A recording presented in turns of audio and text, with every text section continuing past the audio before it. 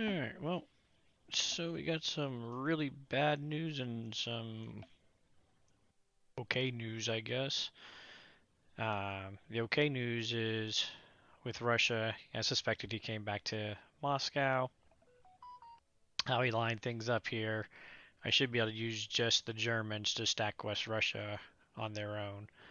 So that's the good news. The bad news is he did go ahead and take Borneo. I was hoping the fact that he'd have to commit a carrier, knowing that he's going to lose the carrier, might discourage him from going for it. But now, again, he's going to be able to fly his UK in here and secure this. Not only that, that also means he'll have 8 UK Air sitting on 47 with his cruiser sub, and that's going to make life for me very hard the next turn. And he's likely going to be able to, well, push something else here the following turn. So little discouraged here on this picture now. I did goof this up. Well, many things happened in real life that made me rush a little bit, but anyways, we'll deal with that on Japan's turn. Not much we can do about it with Germany's turn. So Germany's turn, we just need to get Moscow as quickly as we can, and really probably need to try and take whatever shot we can at 8. Unfortunately, again, with all his UK fighters and these guys gonna be able to go out and come back, this is not looking pretty, to be perfectly honest. So we shall see. Alrighty. So for Germany, or sorry, so the U.S. did buy 2 subs, 2 fighters, and a destroyer. Building his fighters back here with his carrier. The good news is he's only got a smaller force here, so hopefully we can disrupt things there. And then Russia is expected to 6 infantry, 1 artillery. So one of the things to look at is my battleship here. One of the ideas I was playing with was maybe going in to hit his U.S. troops, even though he can still do the 2 fighters, 1 bomber, land on Gibraltar, or in here as well for that matter. But at least I'd be taking fighters this direction and back away from Moscow. But I also can simply, if I take TJ, then again that buys me another turn. And since I'm going to stack West Russia, next turn they'll have to pull these guys out. This UK Air is going to be going that way, or a lot of it's going to be going that way. So then the following turn I'll be able to come into C-Zone 16 and transport some guys directly over that way. So, maybe this is a blessing in disguise somehow. So, in any case, we're going to be buying 13 infantry, 1 artillery. We got another round here still of just buying straight ground.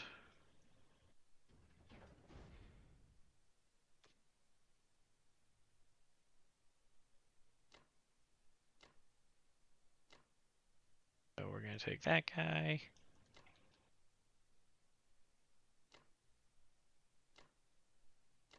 And take that guy. I'm going to leave these guys. I'm probably going to end up non-combating them in, but maybe I can leave one here depending on how the results go. I have to double check the whole math on it. If he doesn't get a hit back, I might be able to leave one and make him at least have to fight for that territory back. Again, I don't want to use these fighters yet, just because as long as he's keeping going this way, it's helping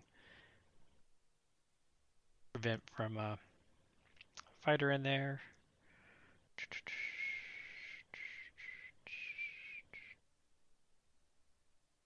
Or excuse me, a fleet drop, sorry. Brain going 2 ways at once. Just realized I can't do one of the things I was thinking about doing.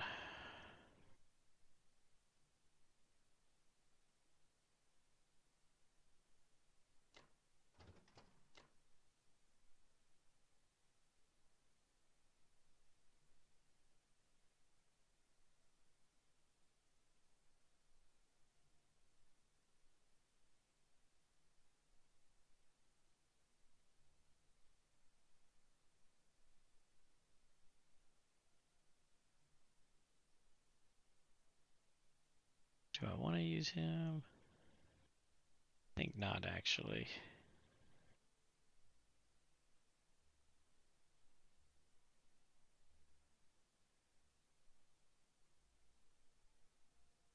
So I'm going to move him.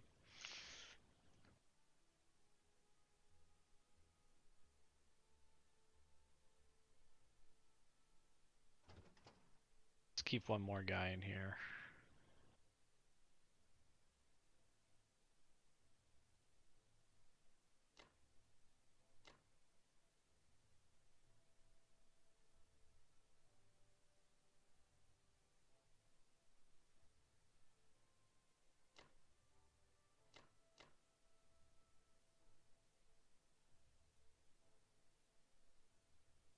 Only the bomber can reach here with those two. He could bring them over.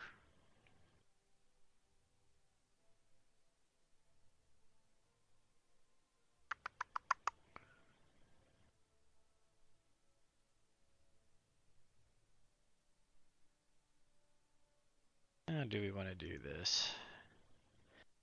I leave him here. He can just do bomber and back. At least the ones down here. 1, 2, 3, 4. He'd have to. He can't get all the way back to India. Not that it makes a huge difference, but.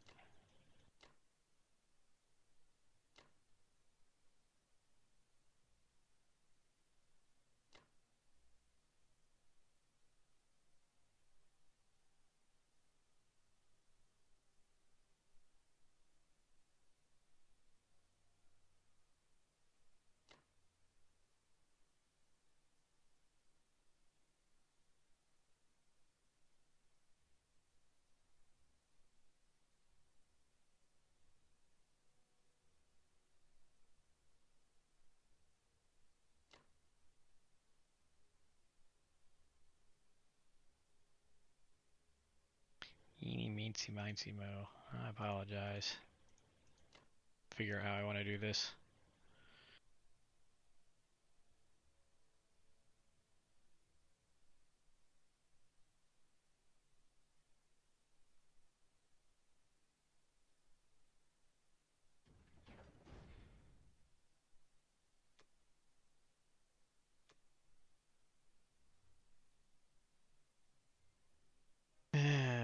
Yeah, no. That Borneo bit. I'm hoping that the cost of all the shoot, come on. The cost of all the ships he put in there is gonna pay off.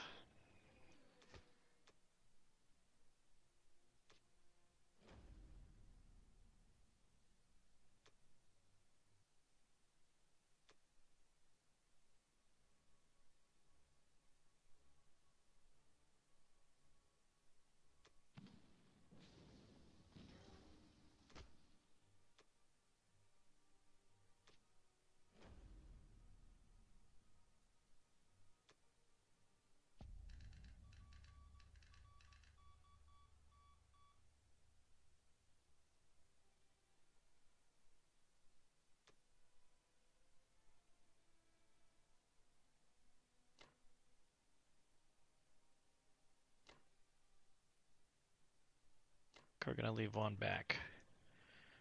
I'll give him anything for free.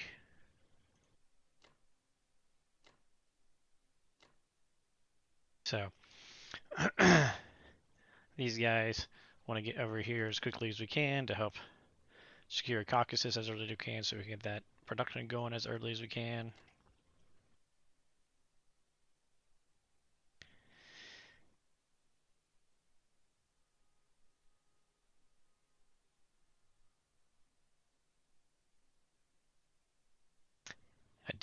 I was thinking about trying to get that German bomber down in here and then get him over this way to help clear with destroyer blocks. But I think I'm just going to be happy trying to dead zone or keep him quiet on building a fleet in the Atlantic for as long as I can.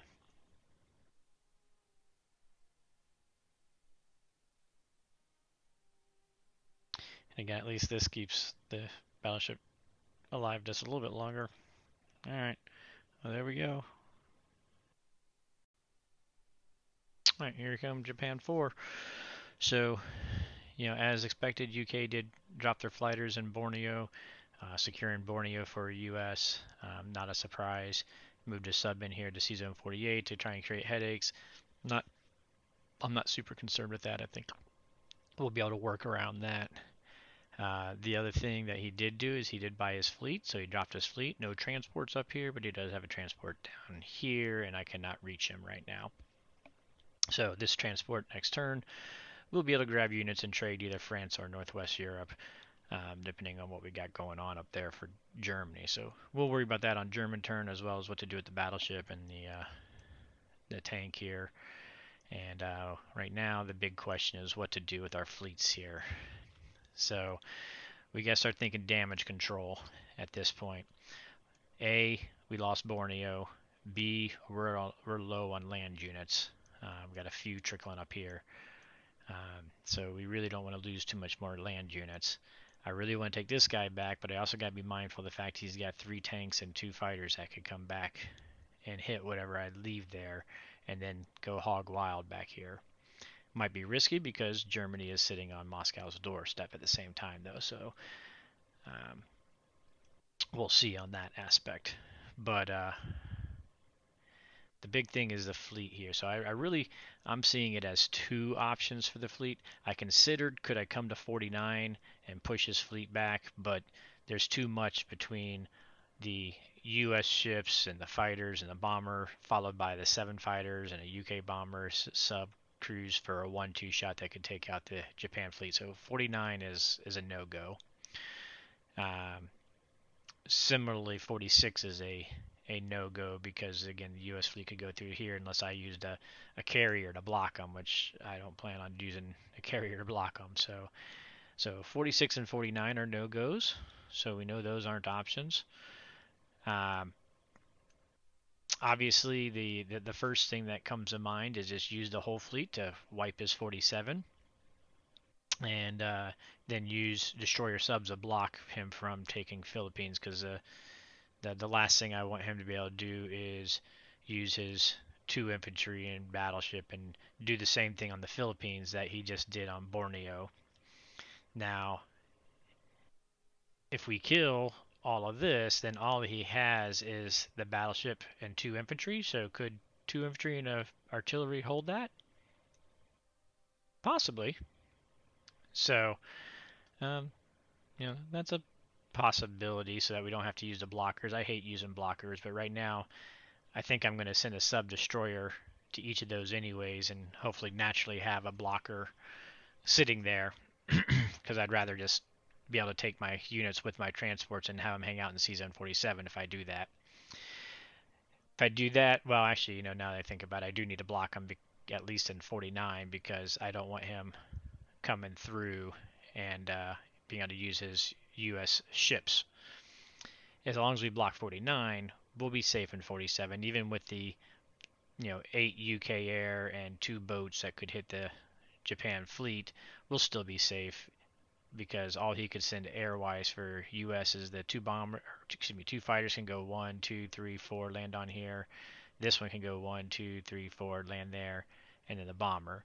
We're going to wipe out these 2 guys. These 2 guys don't have a carrier to land on, so it's only 3 fighters and a bomber, 7 fighters and a bomber, cruiser, sub, and at the end of the day, it pans out for Japan in that case. So that's option 1. Option 2 that I was considering is, what about C-Zone 50? It's an unusual play, but if you look at it, if I went to C-Zone 50, then I only have to use 1 blocker, for them to get into Philippines. I could, the fighters are now out of the picture, so now it's just bomber, cruiser, sub for the UK. So then I'll be defending against the US okay here. And not only that, I'll have 2 loaded transports threatening Hawaii that he would have to respect, and a load of units threatening 44 that maybe I could push him back off of 44. And all that sounds pretty good, and I'm very tempted to do that. The downside, and if I'm a U.S. allied player and I saw that fleet sitting there, is, well, how can I get to DEI? And 1 he's got some destroyers here, so he could simply slide them into 46 and use a destroyer block in here to prevent the attack. Now I will have 6 fighters that could reach there, so he'd only have the 4 units, the battleship and 3, and the cruiser, don't forget the cruiser. So 6 versus 5, that's maybe not a bad trade there. But even easier, more simple than that, is both of these transports could slide down to C Zone 39, where they could reach 37 the next time. And if I'm up in 50, I can't throw a block down there in 38 to prevent them from getting to 37 the next turn. And so that's probably the deciding factor that's making me think I just have to go to 47 and bite the bullet there, so to speak. So that is what I'm thinking I'm going to do. All right. So purchases. A second thought that I have going here is the good news is I do get to wipe out a strong part of his fleet at minimal cost for me. So that's good news for winning the Pacific Sea battle. So I want to continue to build boats and make him have to continue to spend on boats and planes and whatnot. So that's the good news out of it. The bad news, of course, we're losing that money. The other part of it is, when I come down in here, he's not going to be able to connect his fleet over yet, obviously. So we got him separated from his island, his fleet separated from his island. So if we can continue to the dead zone, the C zone of 47, that'll be a huge bonus as well. So I really, at some point, I want to build a bunch of subs, because that is a good way to dead zone and be able to have your fleet run around elsewhere, distracting them, and still have the 47 dead zone. But this turn, he still has 2 fighters that can reach there, and I really, really want to build that 3rd carrier. I've really played with the idea of not building it yet, and I haven't completely sold myself on this yet. But if I build that 3rd carrier, then next turn I might be able to do that C Zone 50 play, depending on what he does with his fleet and whatnot, and I can hopefully manage to get somebody down or whatever I need to do to prevent anything else in that way. So I don't know. I think that's what we're leaning towards.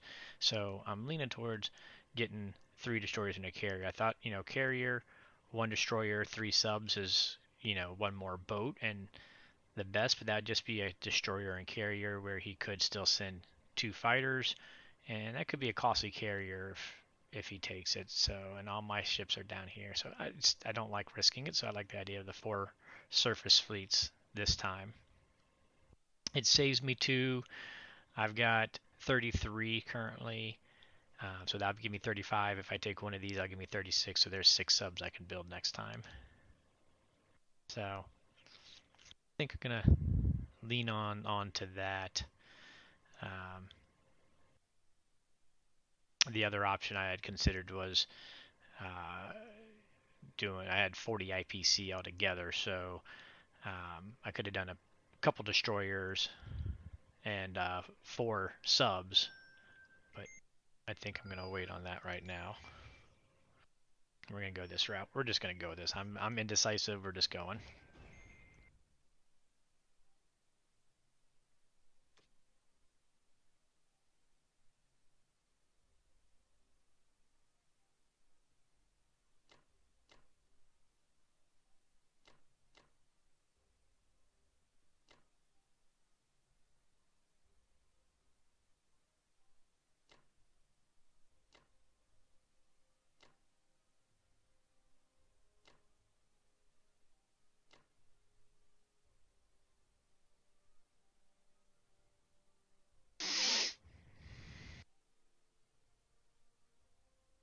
Hope I'm doing this right and I don't get myself messed over. Let's see, that gives us 15, 17, 26, 27, 28.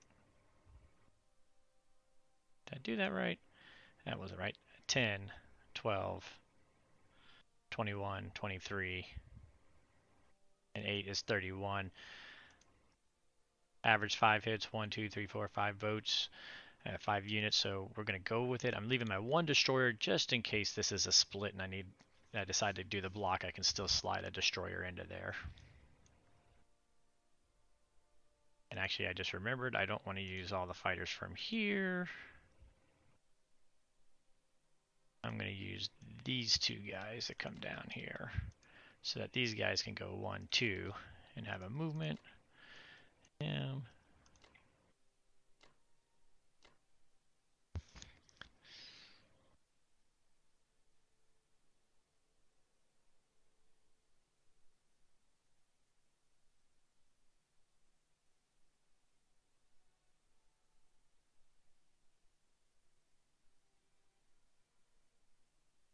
I could go in here, but I just don't think it's actually worth it because I'd really need to conserve men at this point. So I'm going to cycle him on down and cycle these guys over.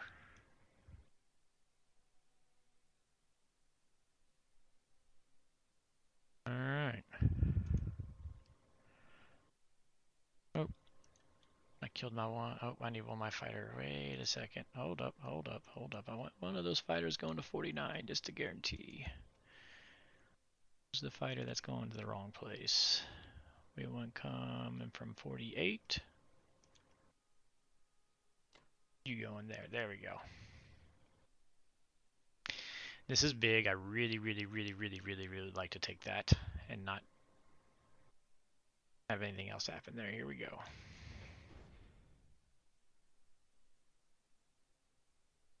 Do what? Whoa.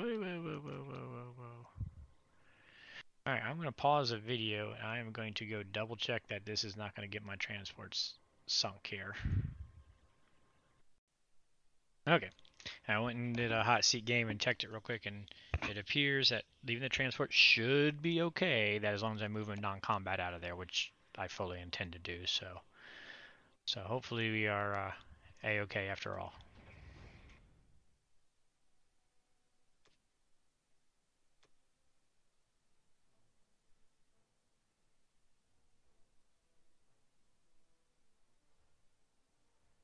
Hit and be done, hit and be done. Thank you.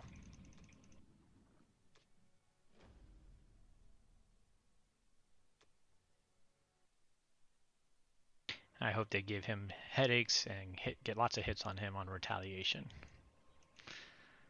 I'm really wanting some retaliation hits. One shot and done. One shot. There we go.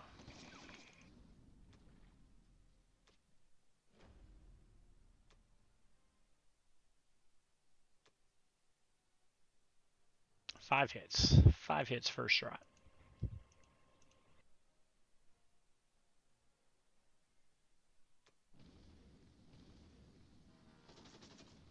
Alright, there we go. Got the 5 hits. Thank you. 2 hits. That's it. 2 hits. Yes! No boats lost.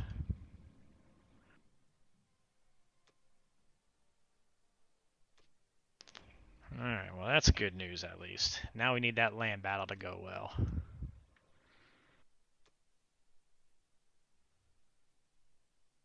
Get our hit, no hit back. Get our hit, no hit back.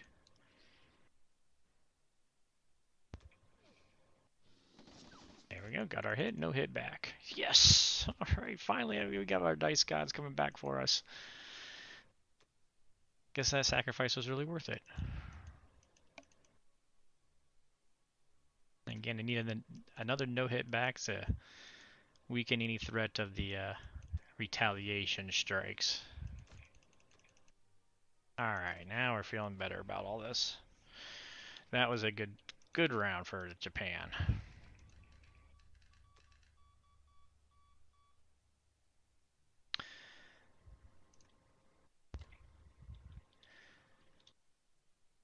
We do want to make sure make sure the defense profile is fighter before carrier. Very good.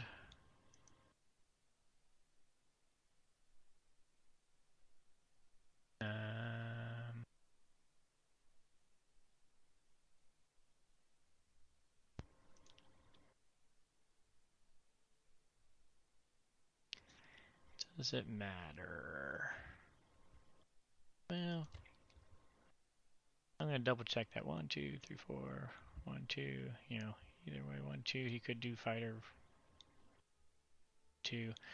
I don't think he'd want to do that though. I don't see any benefit in that. Alright, I'm gonna have to decide whether I want to take my units with me or leave them here. I really don't know why I'd want to leave them though. So for right now, I'm going to take them with me because I see no reason in leaving them in the on the Philippines. They don't need to defend against anybody coming, and that way I got them with me to go anywhere I might want to go.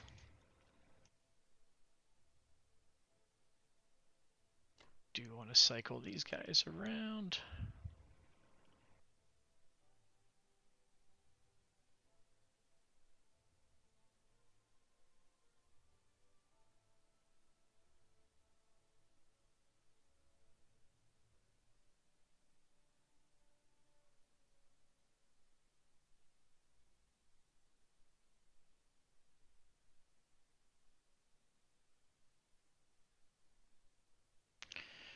Alright.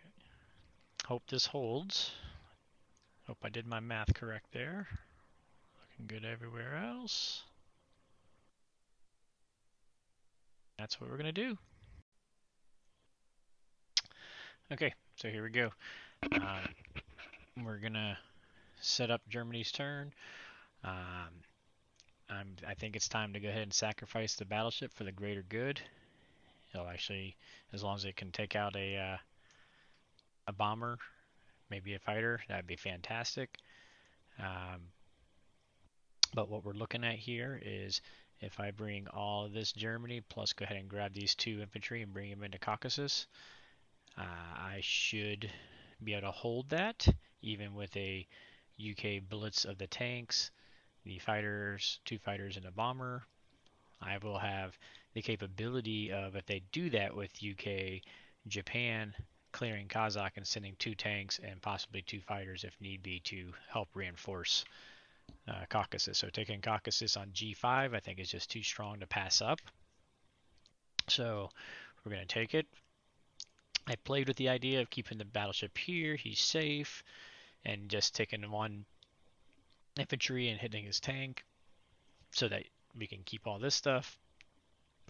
But I also played with the idea of coming over here and just grabbing Gibraltar with 1, then the battleship sitting here, and so instead of him bringing his transport up to Europe, he'd have to consider go ahead and hitting the battleship with his fighters and bomber over here, and that would buy me a turn of UK not hitting Europe. But I really need those 2 infantry in order to make this balance work to take Caucasus, and I think taking Caucasus and being able to build 4 artillery here in G6 outweighs losing Africa as well as trading Northwest Europe. We're going to stack France.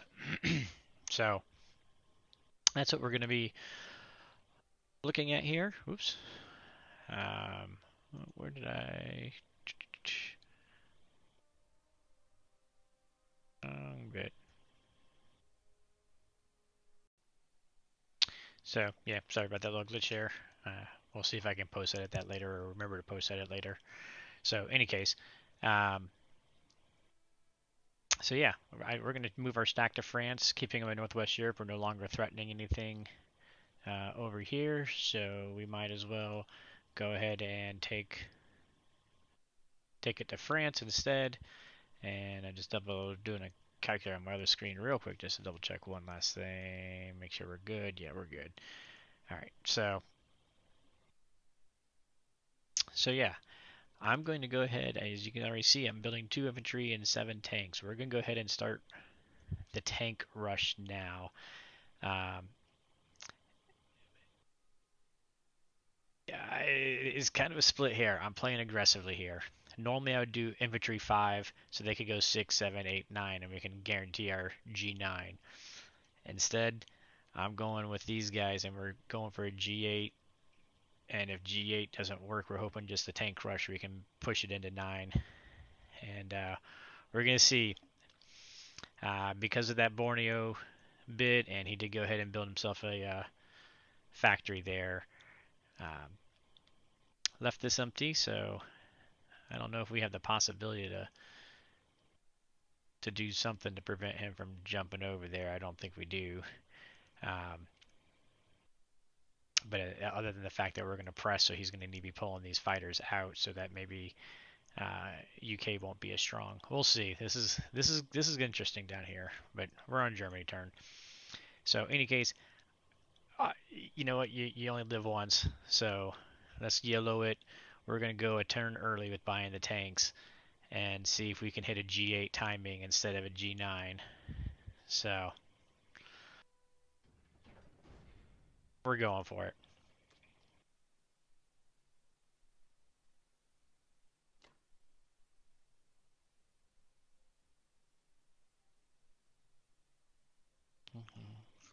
So we're just going to grab what we can for right now. Oh, can I hit the transport? 1, 2, 3, 4. Oh, we can. I didn't even realize that. That's a bonus grab, so we don't have to worry about protecting over here this turn at all, actually. Niceness. We get to buy a turn.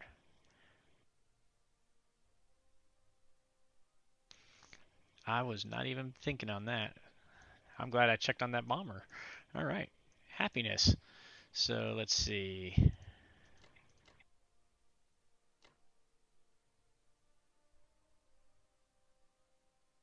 Since he's got his fleet up, I'm really not going to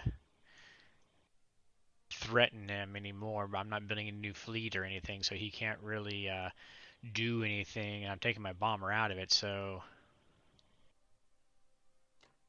just take a couple extra in there then. Oh, I'm happy day to be able to kill that transport, because that buys me another round before I have to worry about UK. Oh, yay. Okay. All right. My excitement's overwhelming me. Let's see.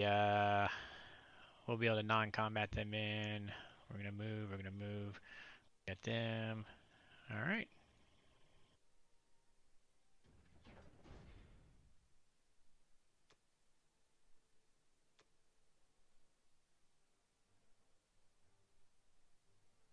We do want to make sure we kill both these guys here. So let's get 2 shots right here off the bat. That'd be fantastic. There's one. Whiff. All right. Finish him off. There we go. I no longer can complain about dice.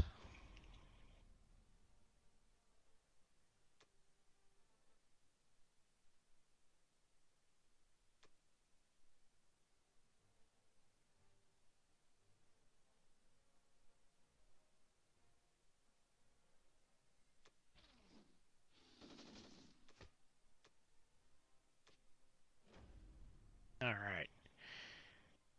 Onward, Germany. Onward.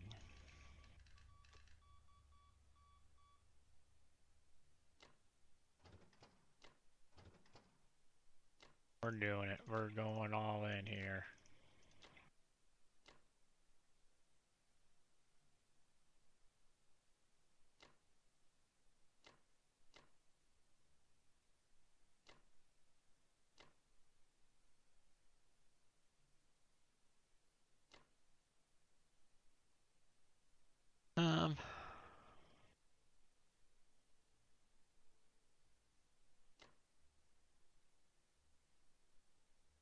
So he can hit me with his bomber and land it back over there if he really wants to.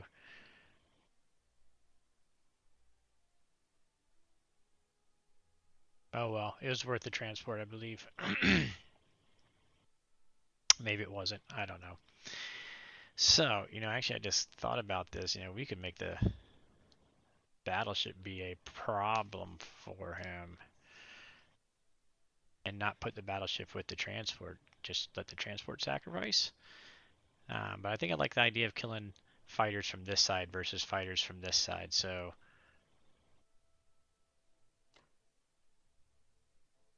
I'm going to put him there for the moment. I don't think we need to keep anything back. We don't have anything to protect at the moment, so let's bring them all forward for right now. And I'm going to go ahead and end the video here so as not to sit here and me think. I'm going to think a little bit on the battleship if I want to. I definitely want to move the transport because I want to get the men here. I want all these guys here for the defense. But is it worth it maybe putting the battleship somewhere else so that he has to account for it later still? You know, I can put him over in 14 or I can put him in 17. I'm not sure. I'm going to debate on that. But we're going to end the video for right now and just think on that. And just pay attention to where that battleship is next time I log in. Okay. Japan 5 turn. So first things, UK 5, they bought a transport, 2 infantry, artillery, and a fighter. They put the 2 infantry and artillery in here. They moved one of their fighters from Borneo back to India. Excuse me. Moved a sub into this C-Zone 47. And then the transport, of course, came over here in C-Zone 47. And then 7. Yeah. Anyways. So, that's what we're looking at. He cycled one more fighter over here to Moscow. And then he blitzed his UK tank through there, which I kind of figured he would do to get those points back. He wasn't going to come down this direction because I had a infantry bomber tank that could attack him. So I'm going to continue to keep Southern Africa for Germany is a nice thing.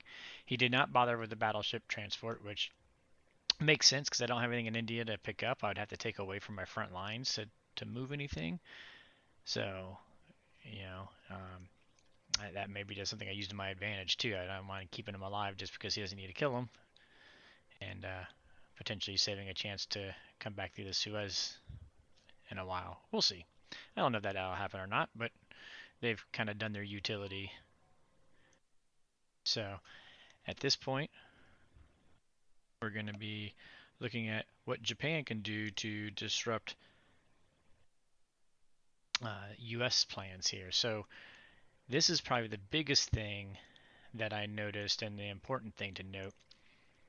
US has 63 IPC. He didn't purchase everything last time. He saved some money. And what that means is he's got no reinforcements coming in the sea. He moved everything up. He did build a bomber we need to be aware of. But 63 means he could build 2 carriers, a fighter, land these other 3 fighters, and a battleship in C-Zone 47. So all of a sudden the US could have 2 carriers, 2 loaded carriers, and a battleship in 47. I could handle that with my fleet plus my build, but what if he built that and non-combat moved all of this into there with it? Then we're talking 3 carriers, 2 battleships, you know, and he's matching right on up with me with money advantage and whatnot. So how do I prevent him from, I don't want this fleet to be able to get to 47. And so the only way I can keep him from non-combating is I can stay in 47, which is an option, or I could go to 49, which is another option, because if I'm in 49 and I'm stacked, that is, he can't beat me, then he can't non-combat move through me, because non-combat can come to 46, it could go to 48, but it can't go through 49 if I'm sitting there, or if I'm in 47, he can't get to it. So really, I want my fleet in 47 or 49, and I went back and already checked. So as long as I'm flying my 2 fighters, and it's a good thing I built that carrier last time and bringing him down, we should be able to stack the C-Zone.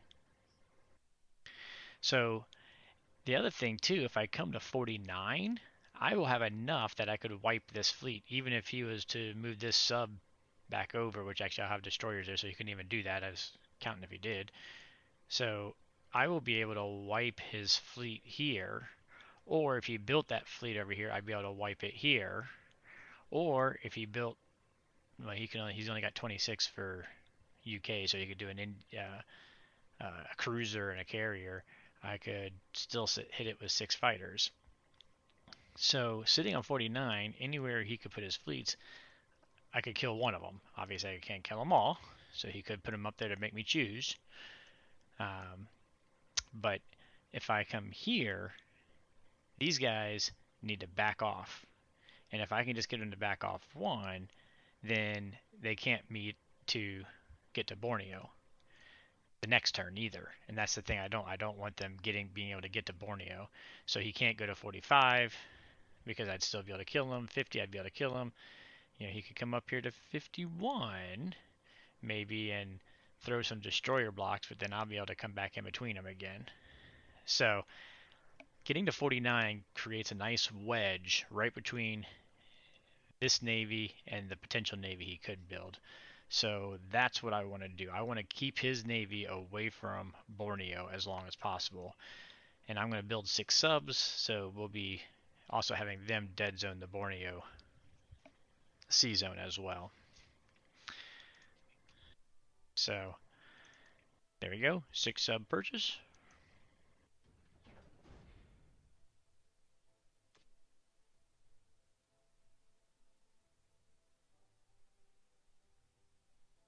The other interesting stuff is going to be coming in around here. So with UK's move,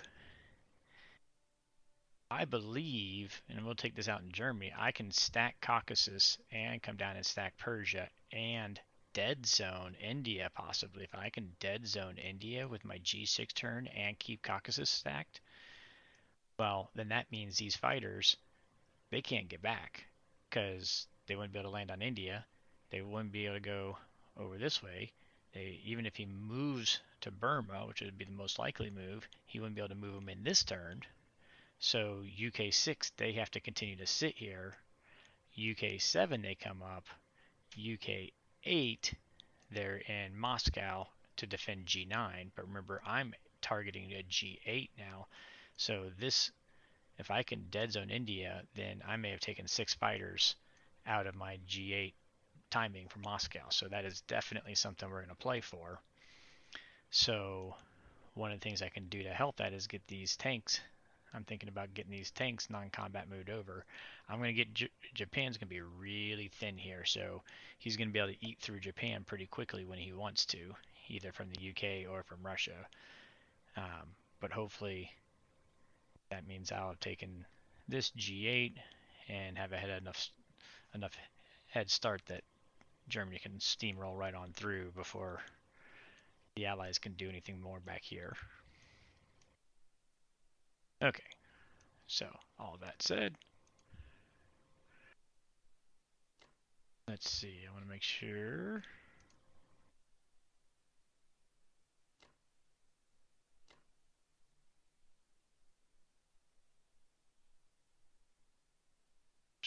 Can't do anything there directly right now. I didn't think I would be able to. Not going anywhere else. Might as well make sure we kill them.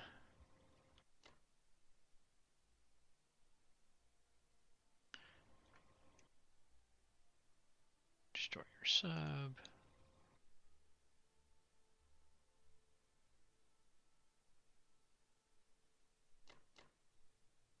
Again, we're going to leave one destroyer back just in case something crazy happens there.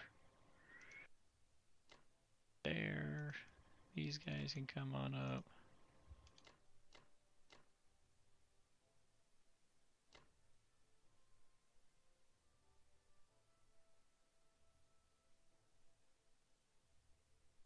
I'd like to keep one sub back, but I don't want to leave him here because then we'll have a battle and then the transports get sunk. I think I can move the transports.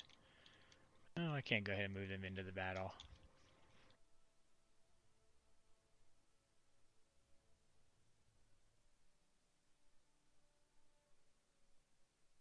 I hate this whole sub thing because I don't want to goof it up and get my transports killed. But it looks like they can go into the combat move. I don't plan on dropping the troops anyways. They're just going to keep the troops on their boats. So that should be fine. Got our backup.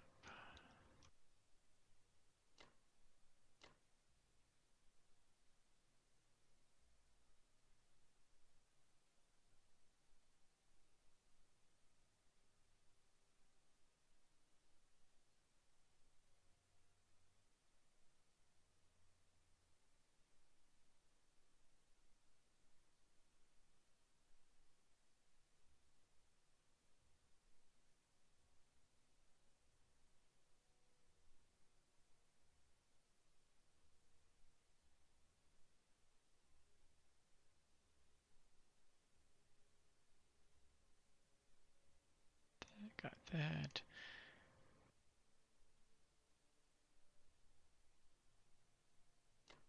We're going to go ahead and do that. Make them take them, make them use a couple infantry there. Give me a buffer zone that I can maybe park these guys up, and we'll see.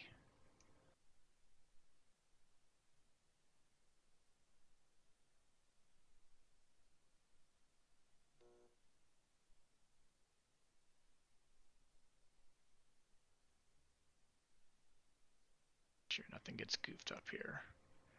Transport's still going.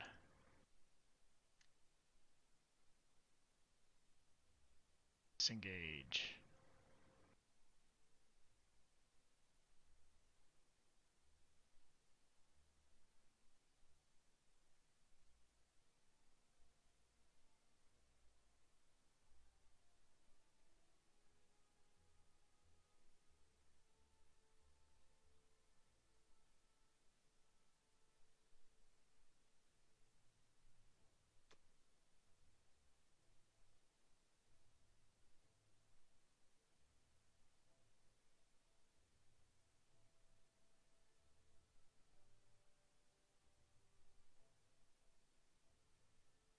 Disengaged.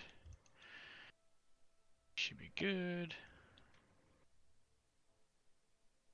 2 boats, a bunch of planes, those should work.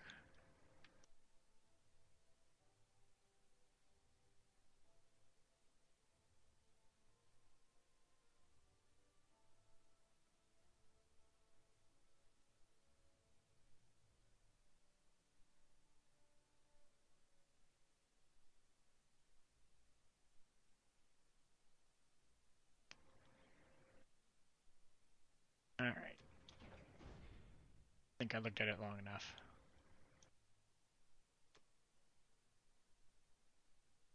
Son of a gun. It moved them back. Ah, dang it.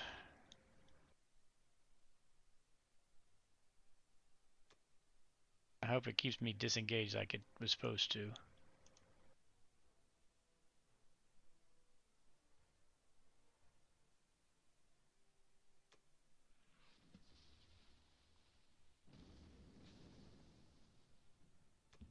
Oh, I did bring him here. Okay. Well.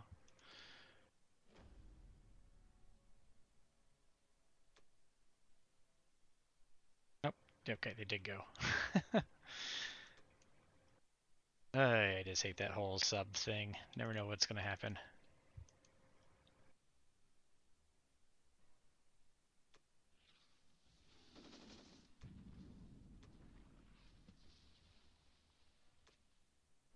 Very well.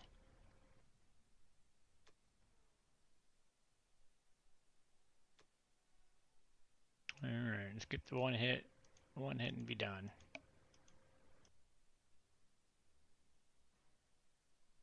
Boom. I meant I get to hit. Dang it.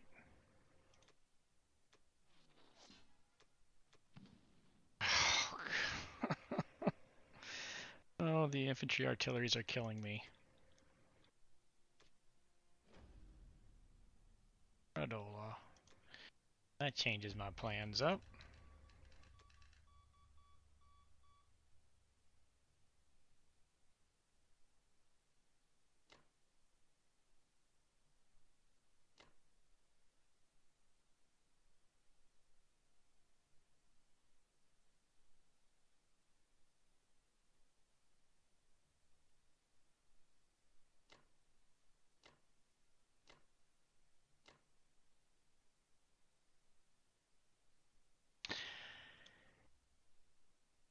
I don't know why I'm counting on an infantry artillery. I just wanted the one hit so I could blitz those tanks through.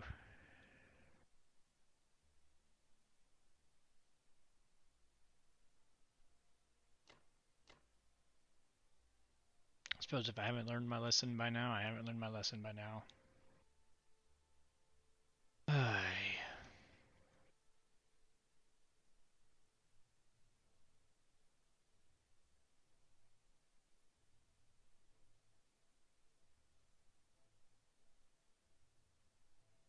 There we go. Alright, here we go for Germany 6. We'll come down to the US so we can see what US did first here. Again, they bought 3 bombers, 2 fighters, so loading up air on Borneo here to make it, trying to dead zone everything around it. And it's going to be effective here pretty soon with all this air. He did sneak around here, which I kind of suspected, to try to throw a transport over to DEI and then land his air on DEI and watch DEI fall. The good news, and part of the reason I came to 49 this turn, is I don't know if I will, but I might be able to just throw a destroyer down here and prevent it for a turn. Like, he'd have to cake it and then DEI. So we can slow it down a turn with a destroyer. So not super concerned about that yet. Haven't looked at the odds of just stacking 47. We'll worry about that, because really what I'm interested in is the fact that he has nothing up here by West USA and his fleet's down here. So when we come to Japan's turn, we can pretty much guarantee that we can secure Pearl. If we just bring everything back and we come up here to 52 or 51 or even 50, and we'll figure that out, specifics on Japan's turn, but there's nothing he can do to prevent me from dropping transport over here, because we're going to kill his cruiser and destroyer with subs and fighters. So they're too far away. He can't build and put anything there. So I'm guaranteed being able to take a victory city here. If I get my transports in 52, I can even threaten West USA, so he has to build there. But obviously he'll be able to defend that. That's not really a huge threat, but it's it's money he's got to invest. So that's a win in its own regards too. But we should be able to secure 53, and he's going to have to respond, and can we hold it versus US7? That's going to be something that will be interesting, to say the least. We're going to have to figure that out. The reason I go through all that is because we are at 7 of 9 victory cities, and Germany is getting close here. Could we pull off a G7 timing on either Moscow or India? And I really liked, I talked a little bit last turn about the possibility of coming down to Persia to dead zone India and be able to take India on G7 to prevent the fighters from being able to come back from UK, that they'd be stuck down here. However, with him building more fighters here and his fleet coming down here is now in range where they could send their fighters. So he actually has these 12 fighters and 4 bombers that he could fly into India to help stack India.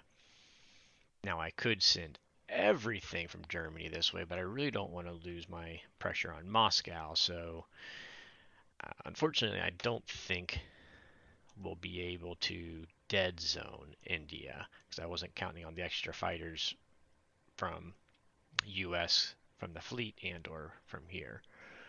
So I don't think that's a guarantee India take in G7. So what about Moscow? Right now he's got these 2 fighters and a bomber, and these 2 fighters that can make it to Moscow to defend. So that's what we have to keep in mind right now. That means you'll have 9 fighters, a bomber, plus whatever you can build. Russia's got 12 IPC, so they can build 4 more infantry, so we take that into our consideration. The awkward part for Germany is I got these guys in Velo, because they couldn't march right through here. So to get these 2, 2, 6, and 1, these 11 guys into the battle, it's going to be hard because I have to put them in a dead zone. And, sometimes creating a dead zone is a away when you already got a bigger stack sitting there, so that the best he can do is hope for a good strafe, and then and then we tack. But it gets thinner, the dice get thinner and thinner that way. I even looked at the idea of possibly using all my fighters and everything I can to do a double stack between West Russia and Caucasus, and it makes either one. I don't know. I'm just going to say 50-50. It's just pretty close. Maybe slight edge for Russia to attack. So, but in doing so, they would lose almost all their units, and the other stack would be able to take Moscow, most likely, depending on how strafes went. And I don't. It makes me nervous putting all that into dice on a strafe. I want something a little more concrete, and so I think I'm going to do what I really, you wouldn't expect, and that is going to pull out of Caucasus and go back to West Russia, so that I can bring everything else in here as well. And so I'm still going to build 4 infantry instead of 4 artillery here. I'm not going to waste the money because they are going to be in a dead zone. But I'm going to have 4 infantry. I'm going to leave an AA, and I'm even going to be able to send some Japan tanks over there. So it would be 4 infantry, 2 tanks, and an AA that he could try to do some sort of strafe on or risk on or whatever. However, even if he got a perfect and killed the 3 of the 4 infantry, or killed the 4 infantry and left the 2 tanks there, I would still have an 80 and lost no units. I would still have an 80% shot on Moscow with my West Russia stack. I like those odds. If he just goes completely defensive, then it's like a 93% shot I have on Moscow. So I think my best play is safest play and best play is coming in here, even though he could take Caucasus and he could take those production away for a turn, and he could move his UK up this way the next turn, and making it a battle zone there. All that's could be, but it gives me the best shot of securing Moscow G7 with the Pearl snatch J7. Now Japan's gonna have to watch out. They can't lose. They gotta be careful not to lose the Philippines here, and they also gotta be careful not to lose Shanghai over here, because he did do this little creative unit here. So why did he do that, you say? So, whoops, wrong button. Thing I didn't check. I didn't see what all. Yeah. So he did the whole attacked Burma with the U.S. air and killed them. Unfortunately, we didn't get a hit back, so he did what a bomber and a fighter to kill that 1 infantry that was there. So that means he's going to be able to blitz a UK tank straight to Burma, and Japan can't attack back unless I use one of my transports, and he knows I don't really want to go back to C-Zone 61 at this point. So he'll be able to do a tank this way and a tank this way, and so Japan's getting ready to crumble. And he's got them coming here, so Japan's on the brink. But like I said, good news, we're going to get a G7 Moscow. So Japan's on the brink, but can we hold these victory cities and take Pearl with Japan? I think it's doable in J7. So it's going to get interesting. I always hate playing for the victory city win because it's so much calculating, so much going on, and you got to put yourself in an awkward position rather than just playing straightforward. But I want to close this game out, I think. So the other side of that is I have to hold France, Berlin, and Karelia versus the UK over here, and whatever they can build in 6 to attack on 7. So that's what's going to make this all a bit awkward, because I'm going to have to move these guys back and build a few infantry, and that's taken away from the later timing, plus I'm taking away my production, so it's a bit risky that, or potentially taking away the production if he attacks it. It's getting a bit risky. It's putting my eggs in a basket. I probably shouldn't do it. I probably should just grind it out, take the G8, let him take this stuff, and then just go for the long grind. but I want to try to close this game, and so this is either good or this is my downfall. So, all that said, so we're going to build 10 infantry, 4 for here, 2 for here, because I do need to continue to protect Karelia and be preparing to protect Karelia for G7, or UK7, excuse me. And so that's going to give me 4 infantry I'm putting back in Berlin. Quick crunch of the numbers means that he could probably put another transport up here, potentially a third transport, but that would get awfully expensive. They have 26 IPC. I'm building 2 bombers plus my 5 fighters, so he's going to have to keep that into mind with his force here. So he really needs to build another surface ship to protect them, because he can't take both. I'll be able both these, so all my fighters and my 2 bombers will be in range. I could bring my 3rd bomber up. So all of that is saying that he's probably not going to be able to build 2 transports. So 1 transport. So he'll have 2 infantry. He'll throw an infantry in here. He's going to take France this turn. But he'll have 2 infantry, artillery, tank, 2 fighters, a cruiser, maybe 2 fighters if he decides to fly these guys over and build a carrier that could attack France. So that's what I needed to keep in mind. Or Berlin. So all that stuff I'm keeping in mind. He also has his bomber in protection. He could fly them back. If he sees it in UK6, what's going on. But because I'm going to be moving these guys back, I think he's going to be getting kind of the idea of what's happening here. He probably already knows it already, for that matter. But we're going to go for the Victory City win in Axis 7. So 10 infantry, 2 bombers. Wish me luck. Here we go. The good news is I get to leave my battleship still sitting here, and he's probably not going to attack it again, because I'm not really going to have anything that he needs to protect against. Well, I guess I could put 2 of my infantry. Maybe I'll build 2 of my infantry down there, since I'm going to be moving the stack back, and he won't be able to kill it. So, and that way the transport could possibly do something the next turn. So, all right, here we go.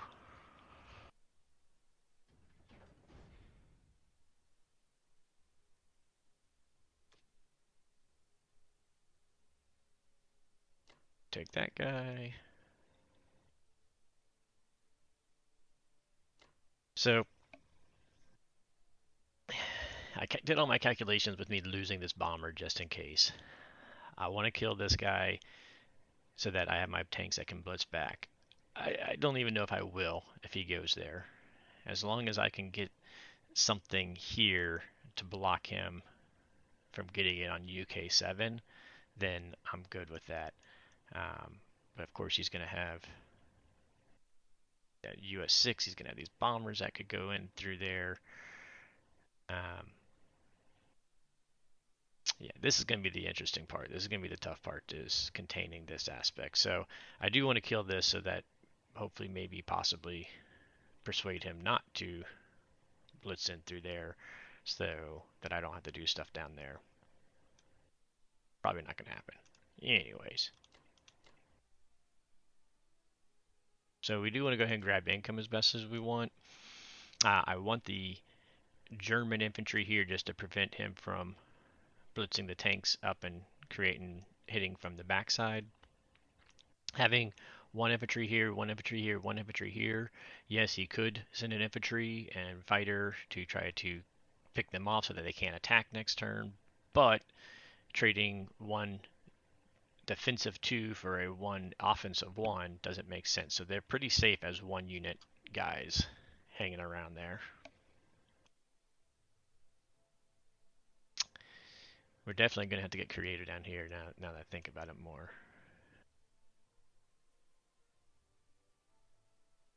Creativity, creativity, creativity.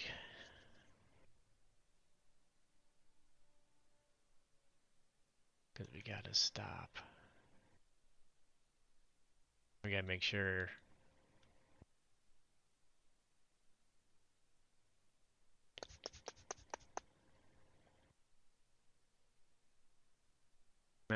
We're going to think about that more. So what I'm thinking about is the fact that J6, whatever I put over here, US could clear, and then the tank could continue the blitz UK7 through.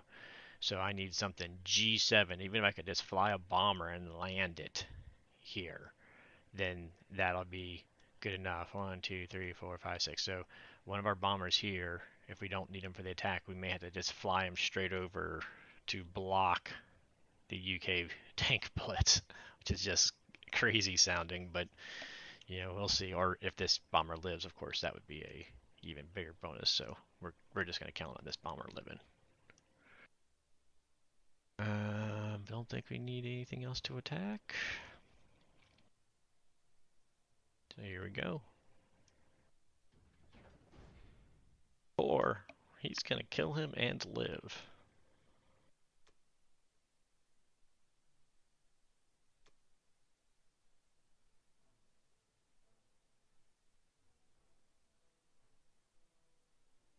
That is, a bomber's going to kill the infantry and live.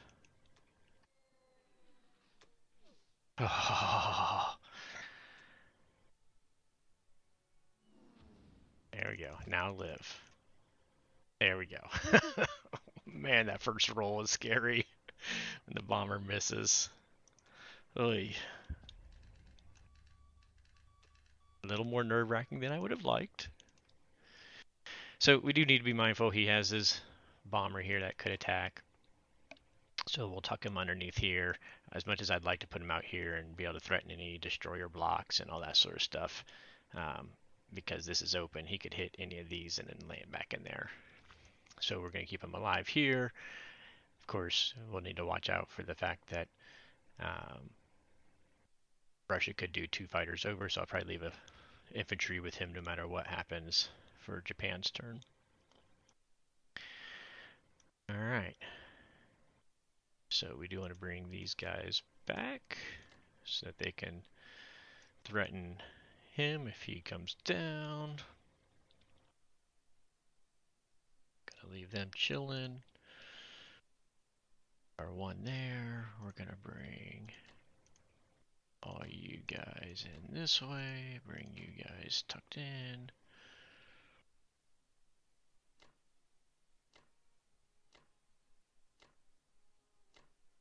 One AA back to make awkwardness for Russian fighters.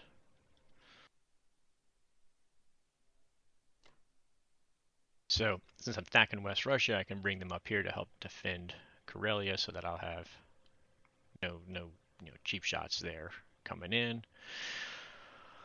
The last thing that I need to do, I'm building 4 infantry in here. I felt like I needed like 12 infantry to be able to go to France next turn. So we need to move at least 8 of them back in here. Plus the 4 build between the two to go to France next turn. The question is whether I want to take these 3. I can't put them in Baltic, obviously, because he could just kill them. But do I want to take them to Bello to be able to come up to Karelia for the UK7 defense? Or do I need them over here to put in this way? I'm going to double check my math on this. This is why I hate victory cities, because it's so stinking splitting hairs. But I'm going to check that, and then I'll end up moving these 3 guys. So keep an eye out. If you see people sitting in Bello, it's because they came from here. Otherwise, I just move them all back into Berlin here. All right, here we go. Okay, so I'm back. Oops, wrong button. To the UK6 turn. They bought 2 infantry, 2 fighters.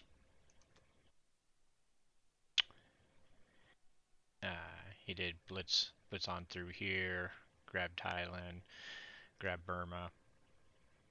Let's see. Zone 16. Oh, yeah, 3 fighters and a bomber. He went ahead, took out the battleship and transport. Not a big loss at this point. I mean, they did their damage. Just it protects his fleet here and his 2 tanks there. So Hopefully, I'm playing that that's not going to matter at the end of it. He didn't lose any airplanes, unfortunately. So he did lose one infantry in Persia. Take it. So the good news is he's only got one transport here for UK7.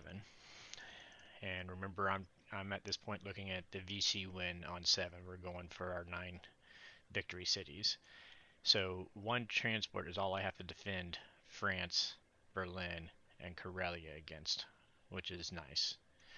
We need to take Moscow, which obviously he sees that coming up too, and he sent his fighters, his UK in here that he could, including bringing his bomber in here. So it looks like he's going for defense and hoping at this point really for a dice gods moment in that regards. As is, it's like a 98% chance. If he was able to strafe Caucasus and kill the 4 infantry and have no losses, it goes down to like a 93% chance. So I'm feeling pretty good about being able to take Moscow. Um, After that, we got to get city number 9, which is going to be Hawaii.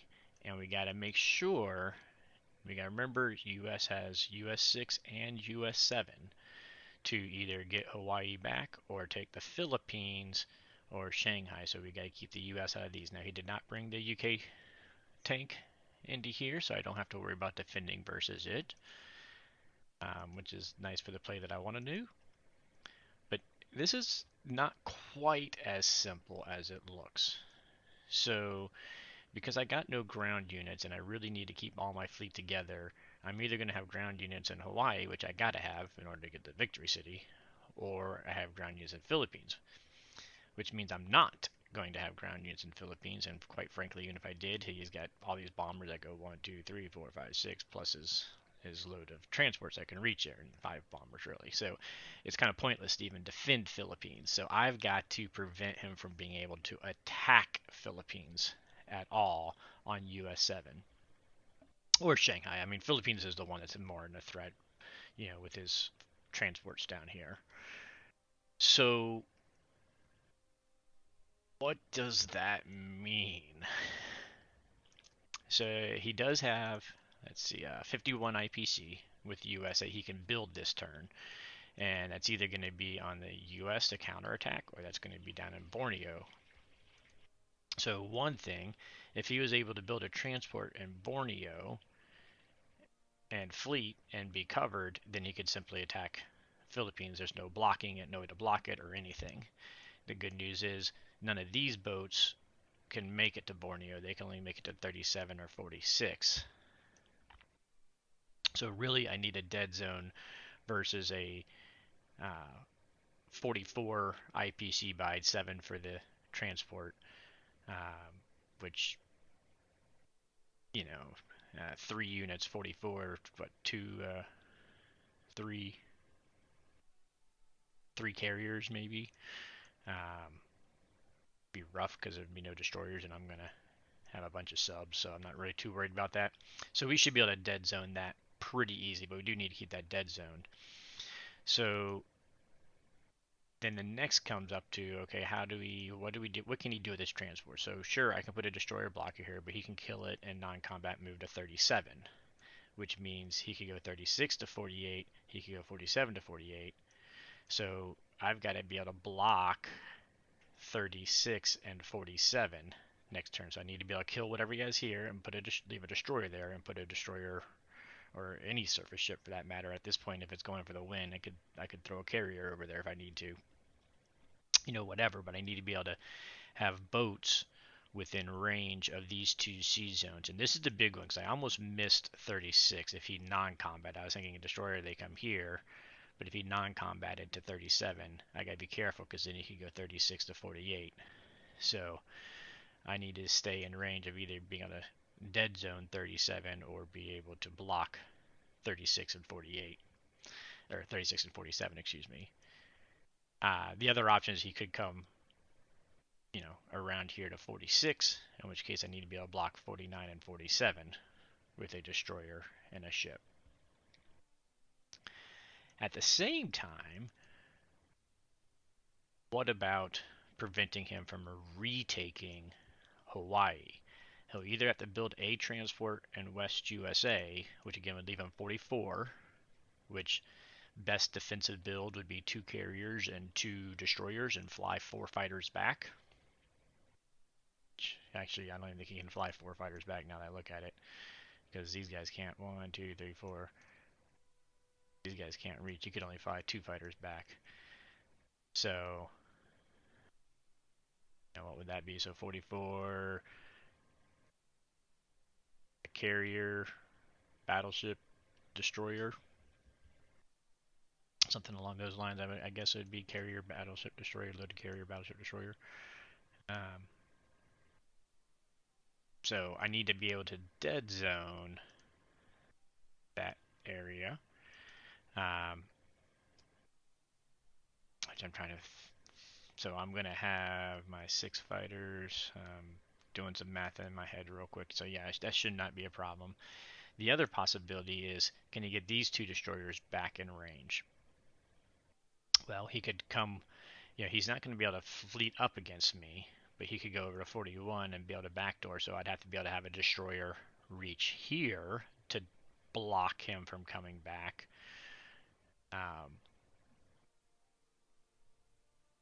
Or he could be here, so I would need something here. So I need to be able to reach from 43 to 36 is what I'm going at with blocks, destroyer blocks. At the same time, I need a dead zone Borneo and dead zone a build in West USA to preserve the troops from going in there. So all that said and done, oddly enough, I believe C-Zone 50 is my best choice here, because planes on here can go 1, 2, 3 and land back. So I'll have 6 fighters.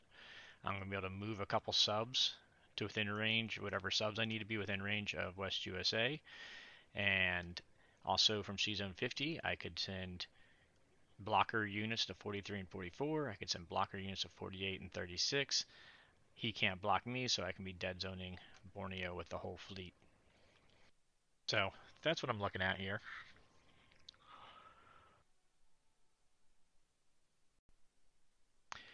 And I think just in case if something goes badly, I'm still going to put my destroyer down here so that he can't take DEI this turn. The other thing with C-Zone 50, these fighters, 1, 2, 3, they can't reach me.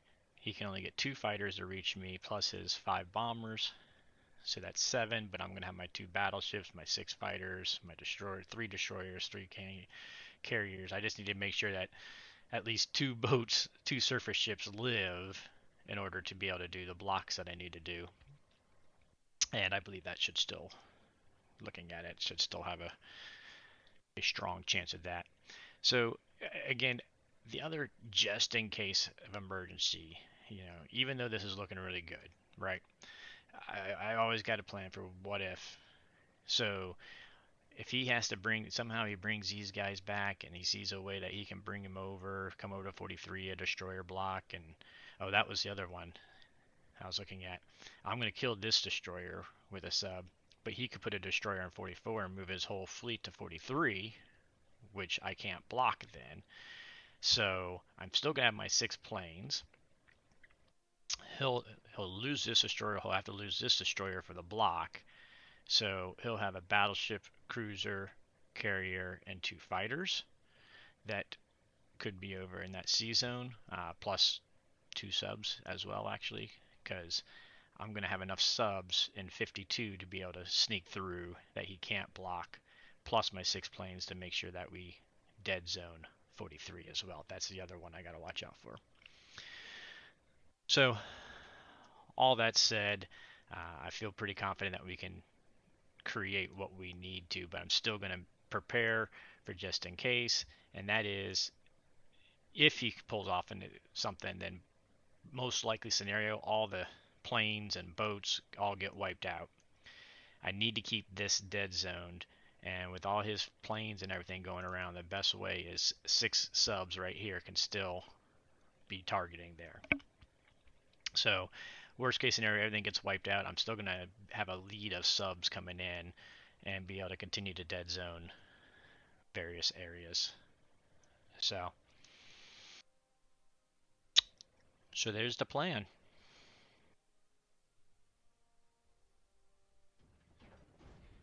6 subs purchased.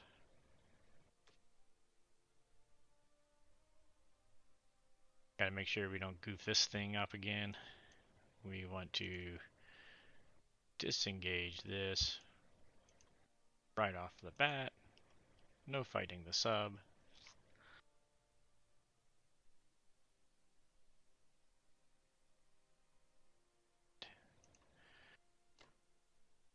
Take that guy.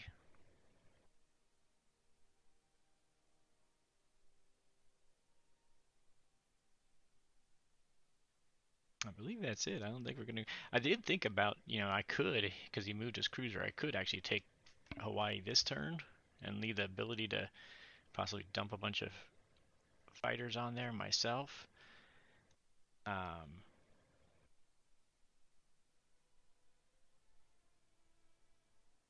Which maybe that's not a bad idea.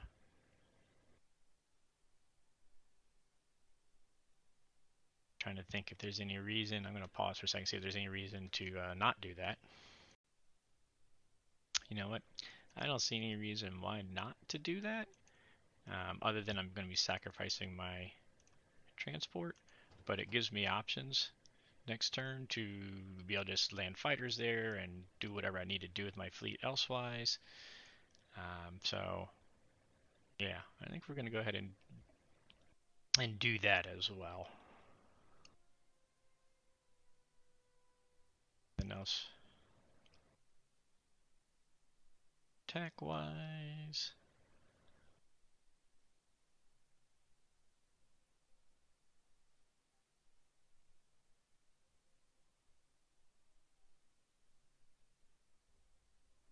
Eeny, meeny, miny, mo. Oh, shoot. That's what I almost forgot. I'm like, I'm forgetting something.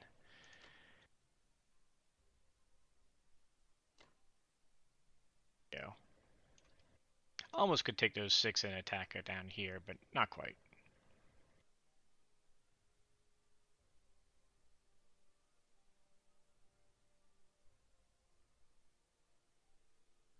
Sub in there, right?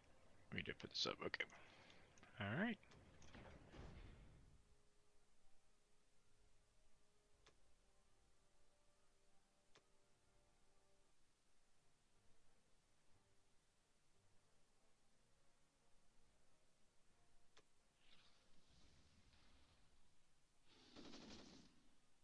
Say somebody has to hit. That's a bummer. Kind of wanted him to live, but oh well. Guess we always want our units to live, but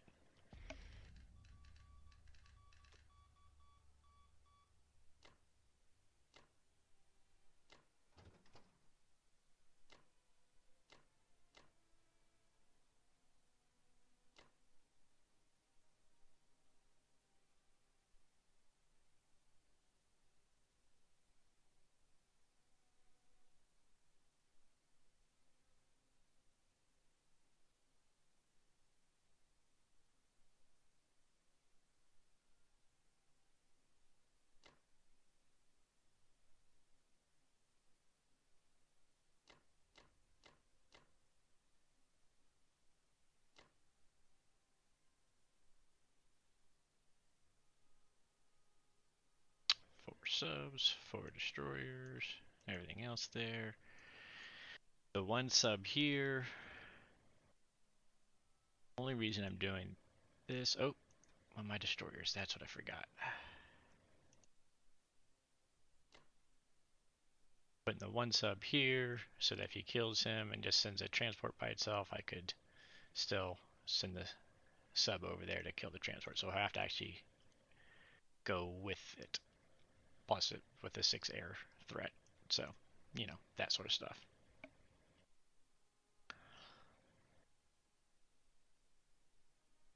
I'm going to double check before I hit finalize.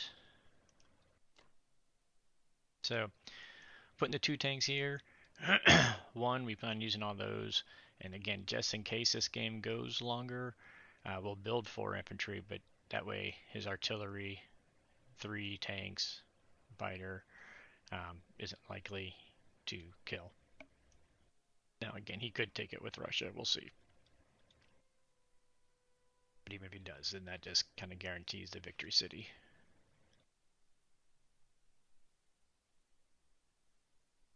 So before I hit the end phase, I am going to just double check, make sure I got US dead zoned with the 6 fighters, 4 subs. And I might tweak the numbers just a little bit here if I need to, but I think that'll be it for this turn. Alright, so here we go. Fateful round 7. Quick look back. I keep clicking the wrong one. So US bought 2 fighters, 2 bombers. So nothing West USA. Brought his fleet over here. US now has no threat to Philly or Pearl. So US cannot stop the victory city. So as long as we win Moscow, it should be game over. Moscow right now is sitting at 98.8% according to the calculator. So this should be game over, but you always keep playing just in case, because there's a reason there's a Dice Gods channel in the Discord for Axis and Allies Online. So, in any case, he killed the destroyer that was here, killed the transport, of course, put his bombers and fighters down here on Borneo. One side note that I will say that we almost fell in the duos game to Snake and his partner. When they get these and then all of a sudden they get the chance to drop the carriers and all of a sudden they got the fence, and if they get on land they have a ton of air, and we almost ran into a situation where they could have grabbed Manchuria and then the air could have been hitting Tokyo and back, and we're talking like it was like 20 planes or something like that. So you do got to watch out for these heavy air builds. Whatever you do, do not let them get to Manchuria, because it was his Russian. That's what it was. His Russian stack that came around and was gonna take Manchuria, and there's nothing we could have done to stop it. And then the UK and US been able to fly all their air into there. It was gonna be ugly. Thankfully, we caught it just in time and were able to stop that. But just a side note on these heavy air builds. Let's see, Russia bought 4 infantry, hung tight as expected, and so that brings us to now. I'm building myself 1 bomber because in game KJF Germany you want to have bombers, but I'm going to go ahead and build 15 infantry, 6 for the front ones, 9 for back here. We'll split our infantry up between France and Berlin, and we'll also build the bomber back here, and we should be decently set.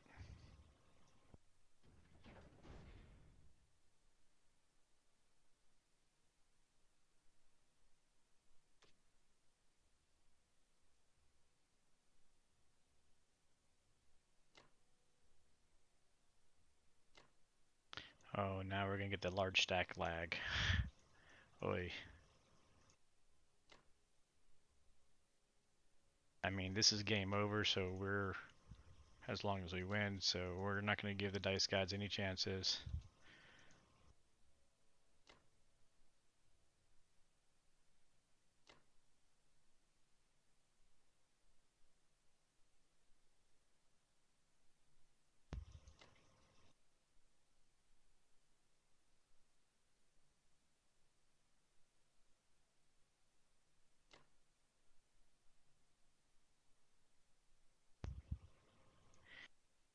Now, that should give us 2, 4, 6 infantry that will be able to be in Karelia, plus we'll move the AA up, so we'll have 7, plus any fighters and planes will be able to land there, so that should secure Karelia.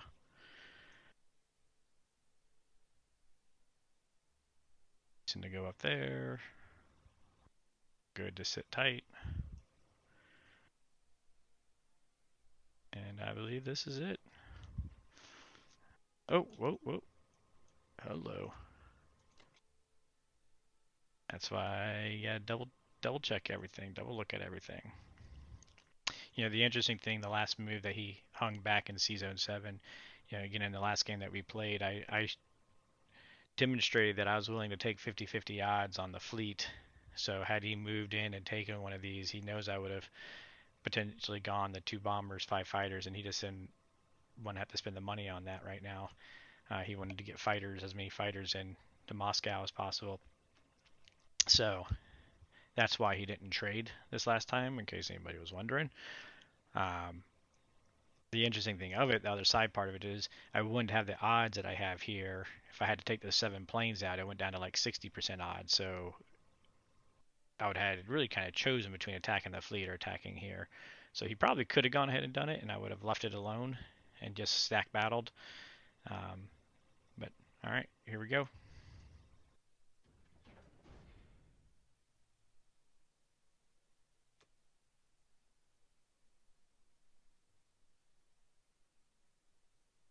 Gonna pull up real quick on my side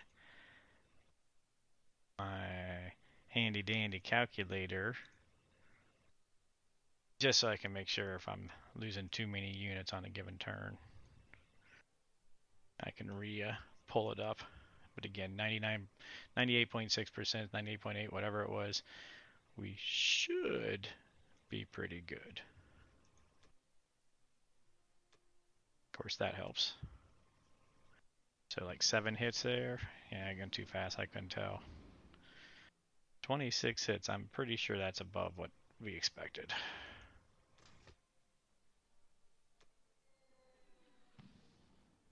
$18, $19, $23 hits. We're okay with that. All right, not auto assign, because I think I'll take my bombers out.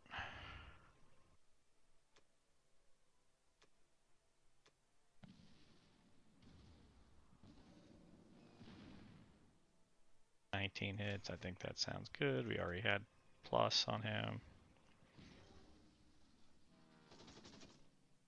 13 hits, we're looking good.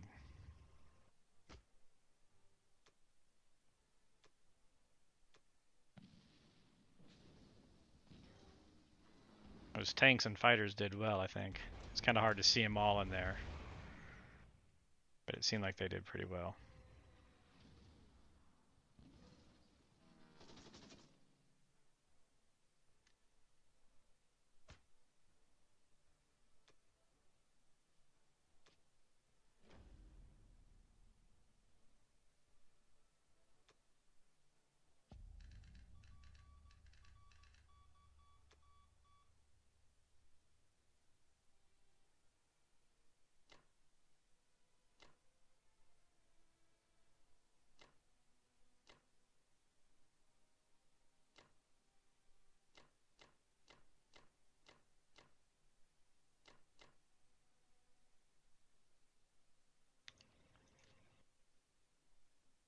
Nine infantry coming in.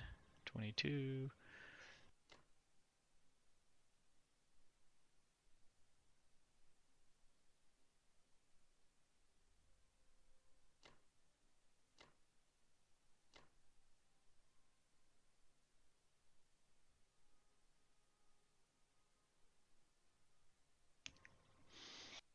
Don't think we're missing anything there.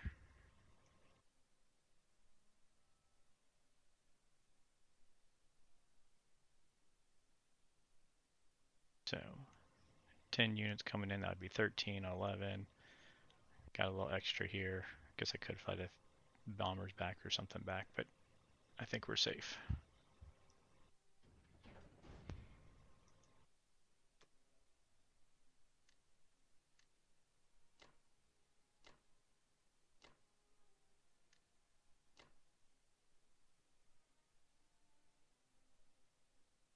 All right, so I believe that should be game over. We'll see if I miss anything or not. Okay, so yep, after the G7 turn, Snake did go ahead and concede the game at that point. It was a good game, fun game.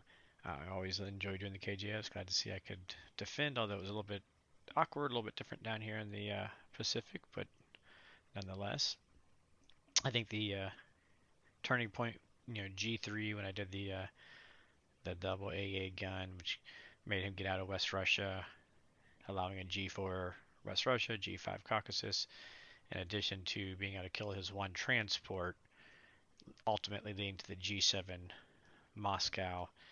Uh, that was a big part, and then US3 for Borneo, although it was very frustrating to me in an 8-point swing per turn, and US production right up front. I don't know. I think the cost was too much for the carrier, cruiser, destroyer, and two fighters. So, and then when I took it back, I didn't get any losses. So, I think that was the main ingredients there. I still, this is the second time I've fallen to this. Um, take it with U.S. fly in UK air. So, I think, again, timed right and placed right, it would that can really be devastating and catch some people off guards and lead to an early collapse of everything else. The other thing too, if I hadn't, what was it, on J5 gone to C749 and instead went to 48 or 50 or did something like that, then he would have been able to kill any blocks, and then non-combat moved his fleet to 47 with two carriers, a battleship, and a destroyer coming on there or whatever. So um, it's a good thing I chose to go to 49 that turn, or it would have been some big trouble then too. So it ended up leading to a round 7 victory city, but it was that close to being the opposite way. Snake is an awesome player. I have absolute respect for him, and he played a good game, stealing that from me early. Just didn't quite finish it out the way he wanted it to. So it's on to the quarterfinals.